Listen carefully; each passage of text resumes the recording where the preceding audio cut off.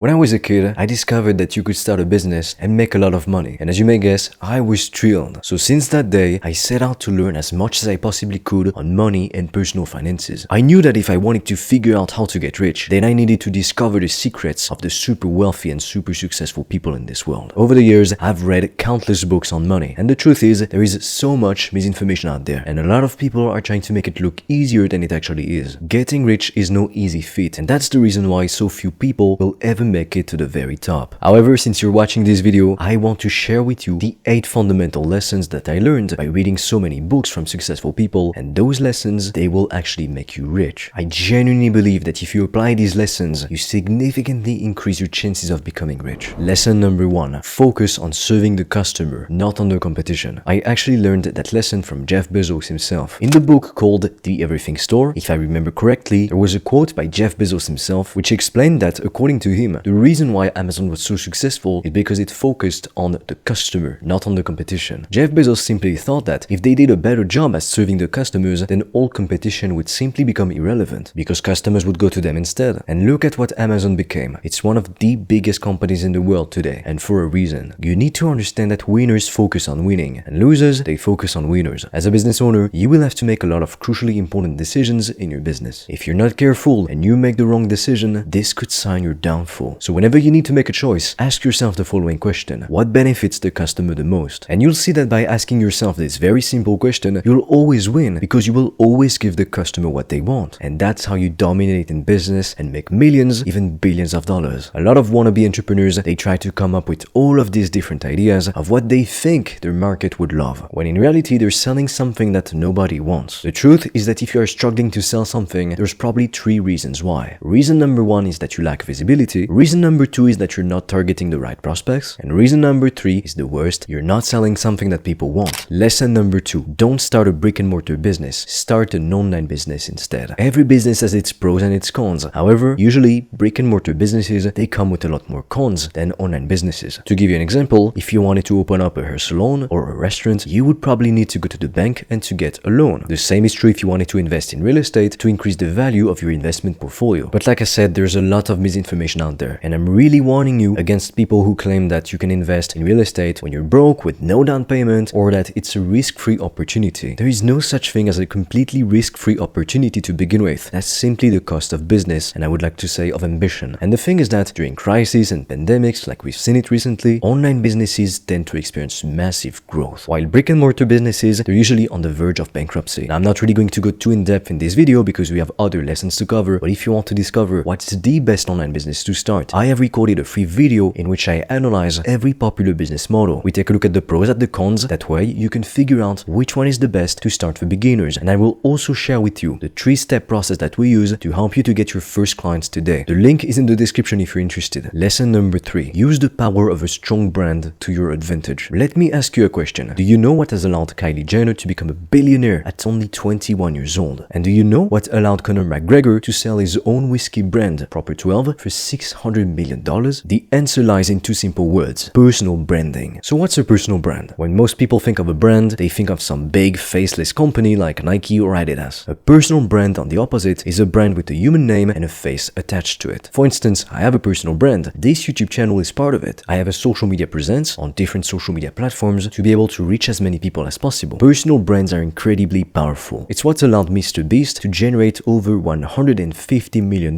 with his fast food chain, Mr. Beast Burgers. And I can guarantee that coming from humble beginnings, he would have never been able to create a $150 million fast food chain at only 23 years old. That is, if he didn't have his massive audience. Now, I have to issue a warning. Having a personal brand is not made for everyone, and it also comes with a lot of downsides. Not everyone is ready to share a part of their life with the rest of the world. But let me reassure you, because you don't need to show your face online or to become a public figure to make a substantial income. Again, if you want to discover what's the best online business to start, the link is in the description. Lesson number 4, narrow your message. The thing that you need to understand is that if you try to speak to everyone at the same time, you will end up speaking to literally no one. You need to pick a target audience and cater your message towards them. I know that business owners love to think that everyone on planet Earth can benefit from their services or products, or that they could sell to everyone, because who wouldn't need what they have to offer, right? But if you speak to only one type of client, it's going to be a lot easier to craft powerful messages that are going to resonate with them. Like I said, you can't speak to everyone. if you were to run an advertisement and the first thing that you said was, "Hi everybody," I can guarantee that most people, they wouldn't pay attention. They would just scroll past your ad. However, if you started with a strong hook, like, "Are you a new doctor in New York City struggling to get patients?" then you can bet that your ideal customer, in this case the new doctors in New York City,